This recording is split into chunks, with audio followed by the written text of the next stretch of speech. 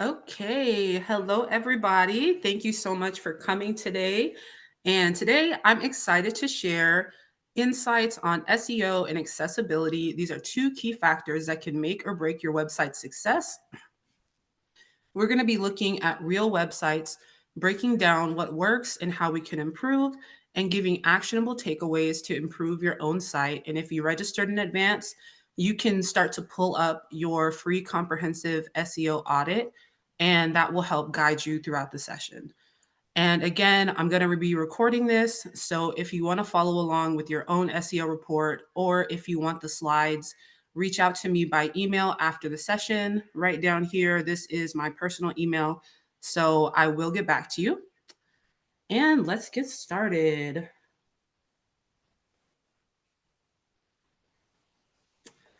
So, hello again. My name is Karissa. I am the founder of KEA Digital Services. I studied digital marketing at the University of Texas, and where I earned my certificate in 2020. And for the past 4 years, I have been helping businesses and nonprofits build powerful, high performing websites. One of my biggest passions is making the web accessible to everyone. And I put that to the test this past October. I enrolled in a global accessibility competition hosted by Nobility, where my team placed second. And that experience really reinforced how important it is to create websites that not only rank well in search engines, but are also inclusive and usable for all. Today's agenda, we are going to be covering the importance of SEO and accessibility, some SEO fundamentals, an introduction to WCAG, which is the Web Content Accessibility Guide, some live website audits, free tools for SEO and actionable steps, and we're also going to have a Q&A section later. So if you have any questions, feel free to drop them in the chat, or thank you, Tia, or just put them in, sorry, or write them down so that way you can ask me later. Either way is fine. All right. So understanding SEO and WCAG. SEO, or search engine optimization, is the practice of optimizing your website to attract relevant traffic by aligning with how search engines like Google, Bing, and even YouTube rank content. WCAG, or Web Content Accessibility Guidelines, ensure that your website remains functional and accessible for all users, including those with disabilities.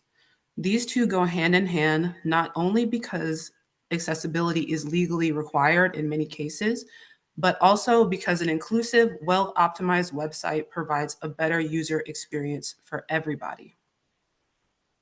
These are the four core foundations and categories, just a high level look at SEO, which is on page SEO, off page SEO, technical SEO, and keyword research. We're going to dive into all of these in detail. So if you're taking notes, please know that you can get these slides later. And yeah, let's get into it. So, what is on page SEO? On page SEO refers to the optimizations that can be made directly on your website's pages to improve search rankings. This includes content quality, metadata, and site structures. These are your key factors for on-page SEO, but for time's sake, we're only going to be covering a few that I've selected, but we will also cover a few more areas whenever we get to the live audits. And something that is extremely important to your on-page SEO is your SERP. Your SERP is your search engine results page. And this is how Google will display your website when users type in keywords that trigger your content. Some of the best practice is for your title tags, which is where this comes up: KEA Digital Services, Austin Web Development, and Digital Marketing. They suggest to keep it under 60 characters for that reason. When you see that little pagination, like showing that there's some more text there, when you have it optimized, it won't cut it off. So you have everything that you want to say there. And same for your meta description, which is right below it. You want to summarize that, the meaning of that page within 150 to 160 characters, and include your keywords and write it to where it's engaging and people really want to come and click it. Also, when writing content, optimize for readability and user experience. Use simple, plain language and engaging formatting. And avoid keyword stuffing, like using the same keyword remixed back to back. Just use the keywords naturally and focus on user intent. Off-page SEO. So off-page SEO refers to all the actions taken outside of your website. If on-page SEO is what you say about yourself, off-page SEO is what others say about you. It primarily involves building a strong reputation through high-quality content that points to your website that search engines recognize as trustworthy and authoritative. Here are your key factors for off-page SEO. The main thing Google wants to know is your website trustworthy? Is the content that you're giving them something that people are reading and accepting, that it's valuable, and they keep coming back to and they trust you as a source? And having high quality backlinks from established trustworthy websites increases Google's trust in you. Some best practices for off page SEO are to build high quality value content that answers users' questions and other websites would want to link to. And that high value or that high quality valuable content refers to blog articles. That's why you see all these websites with blogs, they're working on what's called content marketing. And that is where the long tail keywords come in. They're putting those in naturally. So if somebody is typing where can I get the best price website in Austin, and I have a an article that breaks down, here's all the different companies in Austin and here's their price points and here's why they're priced how they're priced. And so they would be understanding through my blog post what which web agencies are in Austin, what their price point is, and hopefully that will lead to a conversion for me because they're spending time on my site, they're seeing my branding, and I'm just already in their face. Not only that, it can encourage other places like Yelp or different, directories to link back to pages like that or even reference them. The next element of SEO is technical SEO. Technical SEO focuses on improving the back end structure of your website. It ensures that search engines like Google can quickly and accurately scan your website to deliver your content to users. This includes optimizing site speed, ensuring your website is mobile friendly, securing your site with an SSL certificate or making sure it has the HTTPS, and organizing your content with clear architecture and structured data. In essence, technical SEO is about creating a strong foundation that not only enhances user experience, but makes it easier for search engines to evaluate and rank your pages. Here are all the key factors that contribute to technical SEO. They all play a different role, but most importantly, by a show of hands, please, who remembers AOL and who remembers dial up? Who remembers waiting minutes or even an hour for just a single web page to load?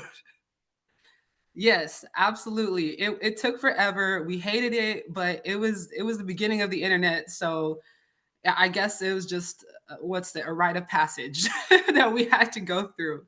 But in 2025, users will bounce from your website if it's not loading within 3 seconds. How far we have come.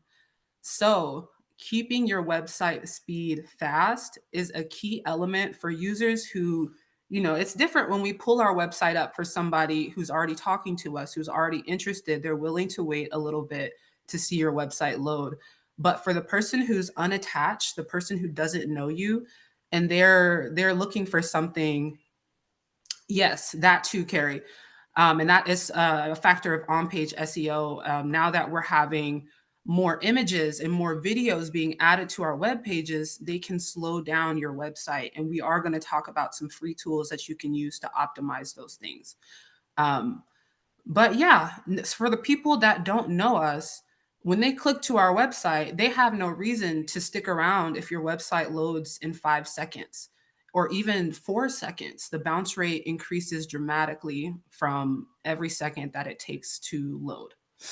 So, some of the best practices for speeding up your website is to compress and resize images to reduce your file size. I promise you, you do not need a 4 gig a photo on your homepage. I can promise you that. And then saving them in a next gen format called WebP, that just makes it way easier for Google to serve your images and also speeds it up. Another way is to enable browser caching and to use a content delivery network or a CDN and minify CSS, JavaScript, and HTML to reduce load times. And whoever your web platform is should be able to have a way to do all of this. So that's something that they should be able to take care of you for. If not, please let me know. Reach out again. If any of this, if you want to go more in detail with it, please reach out to me. We can book a session and we can go over even just your SEO report together. But yes. So the one thing that ties all of this together, and you're going to hear me say this word a lot, is keyword research. And keyword research is the process of identifying the words and phrases that users type into the search engine, helping you understand what your target audience is looking for. By understanding these search queries, you can create content that meets user intent and fills gaps in your market. Here are your key factors for keyword research.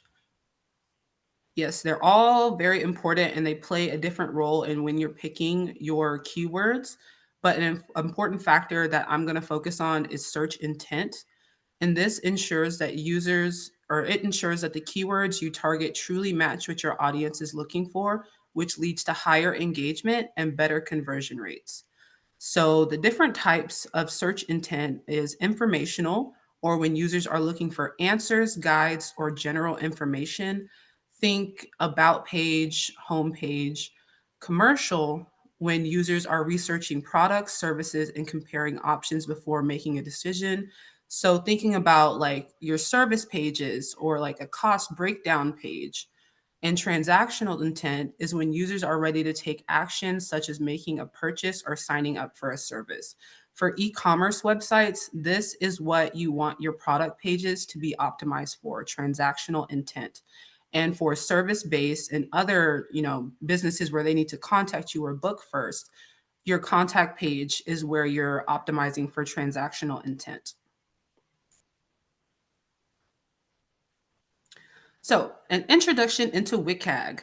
WCAG, or the Web Content Accessibility Guidelines, is a set of recommendations developed by the W3C to make web content more accessible to everyone, including people with visual, auditory, motor, and cognitive disabilities.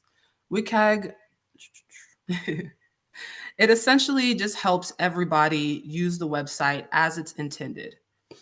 And the 4 core principles are perceivable, operable, understandable, and robust, which mean that the web content must be presented in ways that users can see or hear, interact with easily, comprehend without confusion, and be built to work across different technologies and devices. Here are the key factors in the update of WCAG 2.2. All of these are extremely important, but the one I'm going to focus on is perceivable, meaning content must be presented in a way that users can see or hear. So, people using screen readers convert website text into speech, reading content in the order it's coded. They rely on HTML tags like headings, lists, and landmarks to structure content. So they announce headings, they read the alt text for images, and they help users navigate easily using keyboard shortcuts. Some best practices to optimize perception are organize your content with proper headings. So where that red box is, that's an H1. You should only have one on your page, not only because that's what it tells Google that this page is about, but because that is best practice for semantics. And then moving down is a text paragraph. And when people are using screen readers, they're navigating with their keyboard generally. And so they can type H, H, H, and go from headline to headline to headline. And that's why it's so important to have these things structured logically So that way they're able to browse the website in a way that's most convenient for them. And some more best practices is writing a brief descriptive alt text for every image to describe and explain what it shows. So for the image in my background, the alt text is happy people sitting in a business meeting at a table. I've seen some wonderfully descriptive alt text. It can be simple, but it should be there. If the image plays a purpose in your website, you should describe it. If it doesn't and it's just decorative and they can go through the website in exactly the same way as somebody who can see can go through it, then you don't need to add alt text. But for the most part, you want to try and have it on there for every single image. And another best practice is instead of links that say click here, you should write out exactly where the link is going to take them. Because imagine when you're using a screenwriter and you're going from link to link to link, and every single link just says click here, click here, click here. You don't know where that link is telling you to go. So if you have a link that says, reach out to me on my contact page, and that's what the text for the link says, that is way more descriptive and allows people, not only people, but search engines to know where this link is taking you. And that is called anchor text.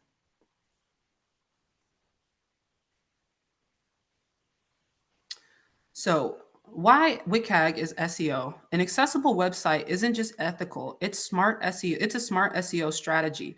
By adding alt text, clear headings, descriptive links, you make content easier for both search engines and users with disabilities affecting 1 in 6 to understand. In short, by investing in accessibility, you're setting up your website for SEO success. It not only boosts search rankings, but improves key performance metrics since accessibility is a core part of Google's Web Vitals. Okay, we have made it through the foundations of the presentation. So we are going to take a quick 5-minute break. I appreciate you all for being here. When we get back, we're going to start the live audit. So now is the time to pull up your SEO report if you're going to follow along. I'm also going to be dropping tools in the chat that you can use to follow along if you didn't register in advance. But yeah, it is 12:24.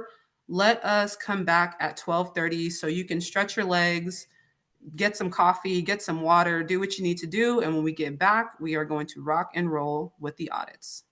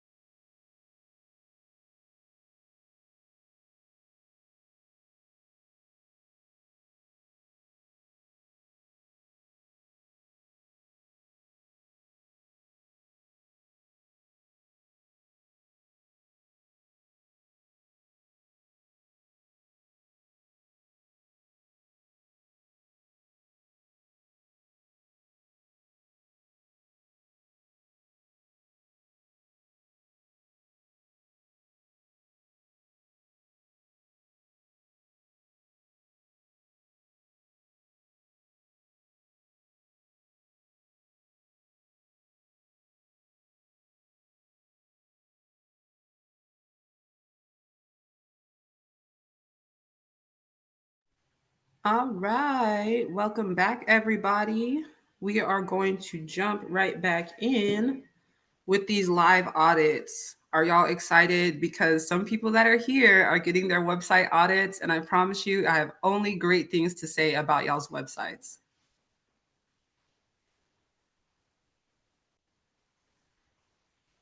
And I saw it posted on Facebook, Adam.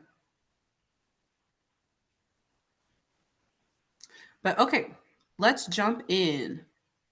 So first, we're going to be looking at a keyword analysis, and for that, we're looking at SwimQ. SwimQ is a swimwear line created for masculine presenting women and non-binary individuals in the LGBTQIA plus community who deserve to feel comfortable, confident, and seen. When you're doing SEO, the first step is researching your keywords. If your site has been around for a long time, then you may already have keywords that you're ranking for, and it's good to see what position you're in and how much traffic that's bringing in. And also, again, thank you for everyone who registered in advance. If you have your audit in front of you, you can go to page 3 to see the keyword density for your homepage. If not, I recommend installing SEO Quake. It is a Google Chrome browser add-on, and you can select page info to get some information on your page's keyword density and different keywords you have. The only thing is that doesn't tell you what keywords you're ranking for, but you can do that with a powerful tool that's freemium like Ahref. I put both of them in the chat so y'all can pull that up if you'd like to follow along with SEO Quake. We're going to be using that one for quite a bit. But SwimQ is new, their website is new to the internet. So the result from my audit is they need to research and analyze the data that's already available. And again, being e-commerce, they need to focus on keywords with transactional intent. Hey, let's go, Tia. Please, if I say something y'all like, please take it. Take it, it's yours. So, a high level keyword strategy for SwimQ would be to identify core keywords, research terms related to gender affirming swimwear and inclusive swim fashion, analyze competitor and market data by using tools to find search volume, competition, and intent. Prioritize transactional keywords by focusing on purchase driven phrases like masculine swimwear for women or gender inclusive swimsuits. And finally, create optimized content by using the selected keywords naturally in product pages, blogs, and metadata to build relevance and authority. Some of the tools you can use to achieve this are Google's autocomplete and ChatGPT to ideate. Use the SERPs. I call it the SERP and SpyFu method. When you use your SERPs to find competitors, so type in the keywords that you ideate and then pop that into Google, see who is coming up from them. And there's a tool called SpyFu that you can use to analyze them. And you'll see what keywords they're ranking for, what search terms they have. And then after you see some keywords that look viable, do further research with the Google Keyword Planner and Ahref. And that will lead you into optimizing your on page SEO, which we're going to look at Rose Lights for on page SEO. Rose Lights designs and crafts unique modern lighting solutions with artisanal charm to transform any space into a warm, stylish environment. So on page 2 of your audit or on your SEO Quake, you will see your SERP or your search engine results page preview. And that is right here in this picture next to their mockup. And this is why titles and metadata are so important. When users type in professional Christmas lighting in Middlesex, they're more likely to click on a title and description that has the words and phrases that they're actually using. A simple high level strategy was always starting with keyword research. Find the words and phrases your potential customers are using when searching online. Then place those chosen keywords naturally in every area with context, your titles, meta, header, and paragraph text. Then optimize your images and use the keywords in the alt text. Compress them and add descriptive text and include your keywords. and to add internal links to other related pages on your site to help visitors and search engine navigate your content more easily. Roselights excels at this by having these keywords in their title, meta, and H1. They even have 31 internal links on their homepage. Their images are properly sized and they have descriptive alt text and keywords in their titles. And if you guys can look at their website, and if you're using a software that lets you see the alt text, I really think you should look at theirs because they've gone above and beyond with describing the pictures. Like it paints a whole picture in your mind. And I think that, at its core is what SEO and accessibility is all about. It's about having people, when they visit your website, and say they suffer with partial blindness or full blindness, when they hear the description of this image, they're able to have the same experience that a person who is visually able has when navigating, because they have some beautiful pictures. I love home design, so looking at them brought joy to me, and I'm sure hearing those descriptive messages brings joy to people who otherwise would not have been able to understand what the image was. So, a tool to check your on page SEO if you don't have your audit is SEO Quake, and that will break down the different keyword density. So, keyword density is just like the different words that you have on your page, how many of them are there, and where they're at. So, making sure that they're in your H1s, they're in your meta, they're in your title, and you are optimizing those. So yeah, SEO Quake is to be used to just do the analysis. To compress your images, you can use a software called EasyGIF. And I'm going to drop all these in the chat, don't worry. Or you can use any photo editing software that you're comfy with. And to optimize titles and metadata, Rank Math makes it super easy for WordPress. But if you're using Shopify, Yoast is a great alternative. It's a plugin that you can get from the store. I recommend it just as much as Rank Math, but I install Rank Math on every single one of my clients' websites that I make.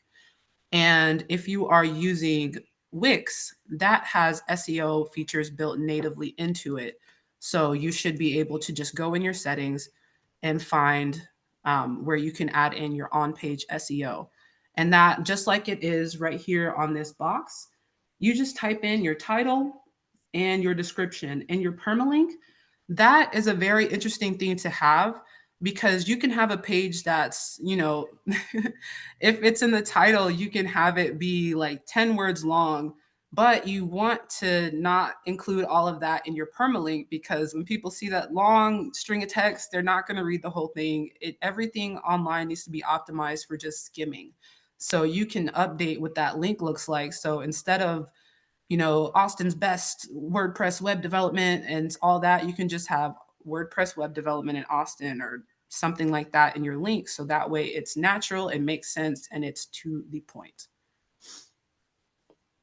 But once you have solidified your on page SEO, that will strengthen your off page SEO. So on your audit, on pages 9 through 10, you're going to see a social breakdown of what pages are linked. And when we're looking at our off page SEO analysis, we are going to be looking at Tierras Planas Roasters. And Tierras Planas Roasters is a passionate coffee roastery committed to sourcing and roasting the finest beans for an exceptional cup of coffee. So, to check things like domain authority and backlinks, navigate to the Moz Domain Explorer. And I'm going to drop all of these tools in the chat now. So if you want to follow along, you can. And for people who are watching later, I'm going to have these tools in the description or in the comments, so you can look for them there. So the Moz Domain Analyzer will show you things like your domain authority, and it'll tell you what backlinks you have and what pages that you're getting linked back to. And Tierras has some exceptional backlinks, reviews, and social followings. They've even linked all of their social pages back to their website. And not all backlinks are the same. So having links from an EDU site like Texas Tech carries some major authority. Same for .org and things like that. So a high-level off-page SEO strategy, of course, starts with identifying relevant keywords, which will guide your content and your outreach efforts. Create useful and valuable content by developing high quality informational content that addresses your audience's needs or answers their questions and encourages sharing. On that note, there is a book that's called They Ask, You Answer. I'll have to find the author later, but that was one of the first books that I read when I was getting into SEO.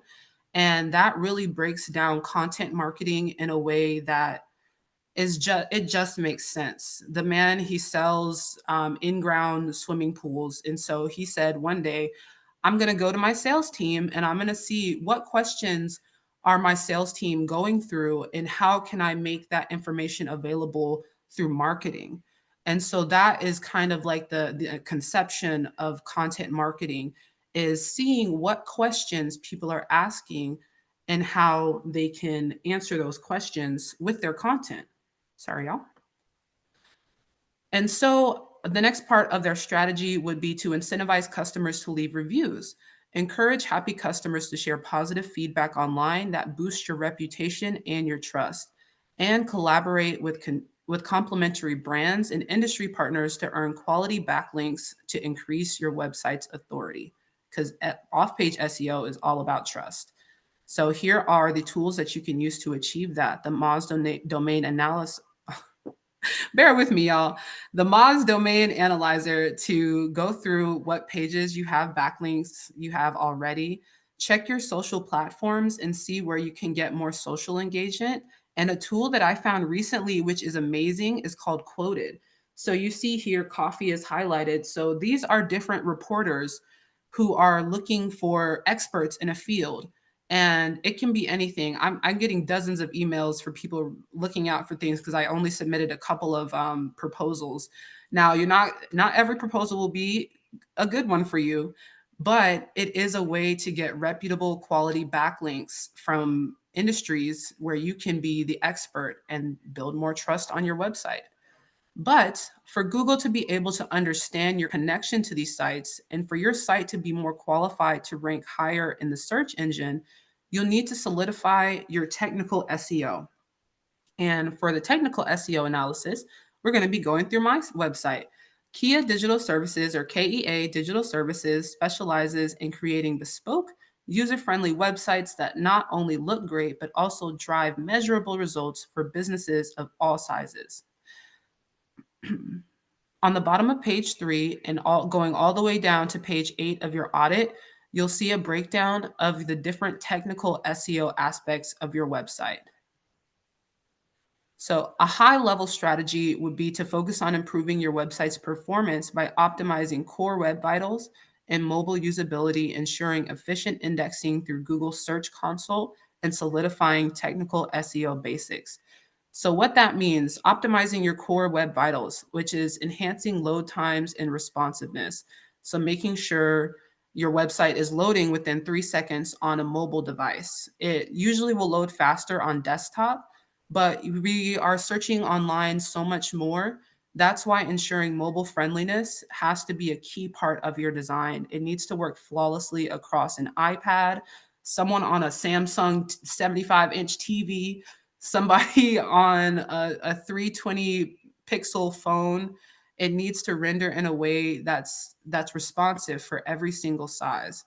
And again, with your URLs, to keep them short and clean. And you should have something called a sitemap, which you can submit onto the Google Search Console, which your website should be connected to. And lastly, ensure essential elements like robot.txt files, XML sitemaps, and SSL certificates are properly in place to establish a strong technical foundation. Some of the tools that you can use to achieve this is Google's Page Speed Insights. And that, all you have to do is plug your website in there and it will tell you a score on everything that your website is for its core vitals. And when you do that, it'll not only just tell you the score, but it'll give you recommendations on how to improve them. Because ideally, you want your website to be as close to perfect as possible. Sorry, I misspoke. You do want to use Google PageSpeed Insights, but what I have here is Google's Lighthouse. So anybody who has a Chrome browser, If you left click or right click and go all the way to the bottom, inspect, and then go through the settings, you'll see a little option that says Lighthouse, and it'll run a test on your website live. And it'll test for accessibility, performance, best practice, and SEO. And again, it gives you a breakdown and actionables on how to correct those. Next is a plugin that I've dropped in the chat called Responsive Viewer. And what that does is lets you see on one page how your website renders across multiple different screen sizes from mobile to tablet to laptop.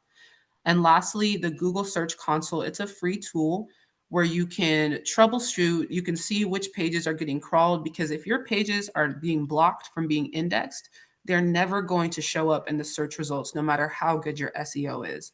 So you have to make sure that Google is able to access every page that you want them to access. And lastly, you should always have it in mind when you're building and updating your site, but it's checking for for accessibility. And when we're looking for our accessibility SEO analysis, we're going with swing free mobility. And I brought it up here. Let me see if it's here. I don't know if y'all met the other Adam who has this. I've been using this whenever I go on runs. I put it on my knees. Oh my goodness, it works amazingly. And even my dad, like, he was raving about it like the day after he used it. So if y'all haven't checked it out, check out Swing Free Mobility. I think you can buy it on Amazon. So, anyways, Swing Free Mobility is dedicated to empowering individuals with high quality mobility solutions designed to enhance independence and everyday freedom. I recommend downloading Silk Tide to get a comprehensive SEO audit. And I'm going to drop that in the chat right now. I'm going to drop all the tools for accessibility.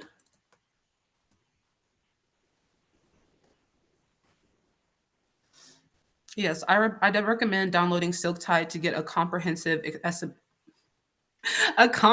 accessibility audit. But for now, you can use the tab key on your keyboard to see how somebody with a screen reader would be navigating the clickable elements of your site. If you can see the map that's on the right side of the page, and it has the numbers. So whenever you're tabbing through the keyboard, this is how every single press of the button, that's the logical area where it will go next. And you see it's very clean. It's not going from one side to the next. It's just straightforward, and that's how it should be. A simple high-level accessibility strategy would be to improve your visual design. So just like Swing Free Mobility, it's very clean, logical structure, and you want to see how he has this overlay on the back behind the words. You want to use clear, high contrast colors and large readable fonts so everybody can easily see your content. And something I noticed even when building this is that the font for these titles, this would be something that is a bit low in readability.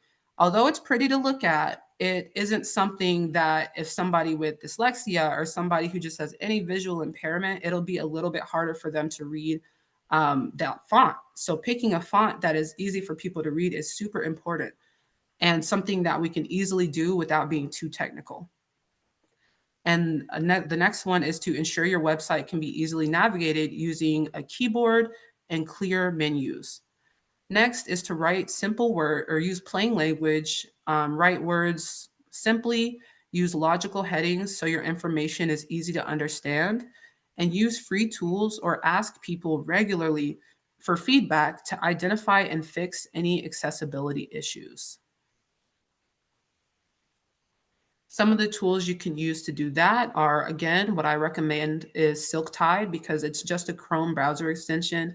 I have it pinned on mine, so whenever I need to check something, all I have to do is hit the browser extension, and I can pull up a screen reader that tells me exactly how this image is being presented to somebody who's using a screen reader. Another one that's a comprehensive on-page breakdown is Wave. And again, with Google's PageSpeed Insights, it has a whole section on accessibility, and it will tell you every single element of your website that's not accessible. And that shouldn't be too daunting because most of the time it's just telling you that maybe your contrast could be a little bit higher on the text. So maybe darken the text color or brighten the background color, something like that. Those are quick fixes. So accessibility, there are a lot of things that you need to be a little more technically adept to do. Again, if you have questions on that, reach out to me. But there are quick and simple things that we can do that would make the website a simpler experience for everybody. Because I am somebody who does prefer dark mode over anything, just for that, like it helps me process information. So that is an accessibility tool that I have benefited from, even though it's not necessarily designed for me. And that's why I feel SEO, or sorry, I feel accessibility is kind of the fifth category of SEO, and I know Google's going to catch up with it soon. But just to reiterate and recap, the four categories of SEO was keyword research, which is identifying the relevant keywords for your customers and putting them into your pages, which is on-page SEO, making sure that your titles, meta, and headers have those keywords in there. Off-page SEO, building your reputation off your website to things that need to point back to your website. And technical SEO, which is just building up the foundation of your website, making sure it's a healthy site, it's secure, it's fast, it's responsive. And then, of course, accessibility. Everybody, no matter who they are or what they're dealing with, can navigate your website just like everybody else. And that is the end of the live audits. Thank you, everybody, so much for being here. This was so much fun to put together. I was so excited, and y'all are so lucky too, because we're just enough time to do our Q&A. I had a trusted, reliable source tell me that it was way too long, and I cut down on so much. So if there's anything that you felt like you would like a bit more depth or definition, or if you think I should do another one going in more detail on a different topic, please let me know. Yes, Salinas, I really enjoyed it. Okay, perfect, perfect. And I'm thinking about putting together a checklist for us to get like just the fundamentals of the basics down for your website. But I think if there's anything that you can do today to take away from this is to connect all of these accounts. So get an Ahrefs account, get your Google Search Console account, get a Moz account. These are all free tools that you can use, and you can use them to monitor your SEO. So for people who maybe you're hiring an SEO agency and you want to know how do I know that if anything they're doing is working, you can use those tools to discover, the trends, the change. Since I've been in truck driving, I started back on my SEO maybe 3 or 4 months ago. And I went from having no keyword ranking whatsoever. My page was just a glorified business card. I started on my SEO 3 or 4 months ago. I'm already showing up in the rankings for WordPress web design in Austin.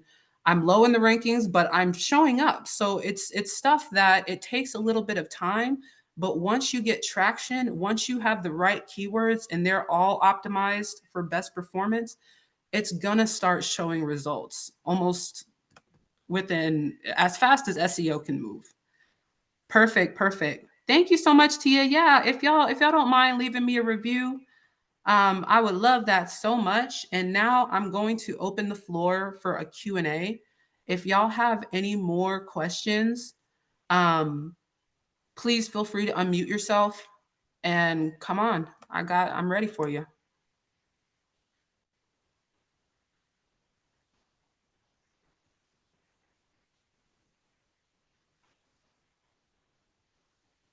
And if not, we can end it here too, or I can tell you all about truck driving. Okay,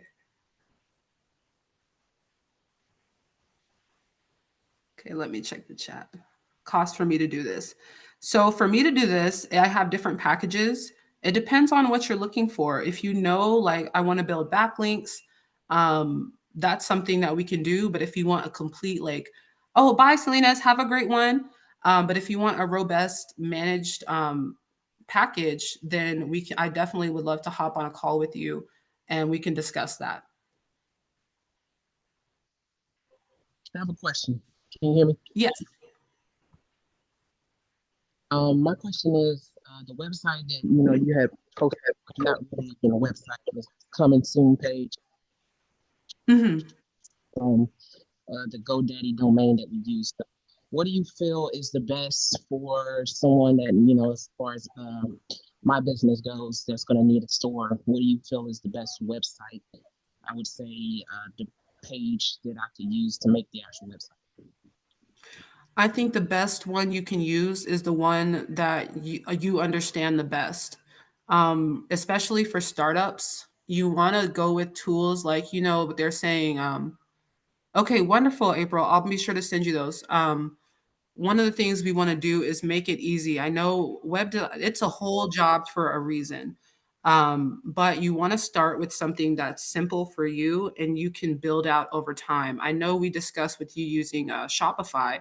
If that's simple for you to use, I highly recommend starting there. It has a good reputation. It's trusted. My wheelhouse is WordPress, and for their e-commerce, they use WooCommerce, which is a good solution. It's very powerful, very robust. It helps if you're going to be scaling. Um, and it looks like all the tools that I'm dropping, I sent them directly to you, Tia. So I'm gonna be sure to post these. Okay, perfect. Carrie says Shopify is easy to use. But yeah, that's what I recommend. One that is cost effective for you and simple to use. Of course, I'm gonna ride for WordPress all day, but at the end of the day, when you're starting up, you're the one managing your site, so it has to be something that you feel comfortable with updating, um, and that is giving you the performance that you need. All right, thank you. Perfect. Thank you, Carrie. You have a great one too. Does anyone have any other questions? That's all right, Miss Helene. We are doing Q&A, so if you have questions, please. And yes, I will send the slides with all of the links.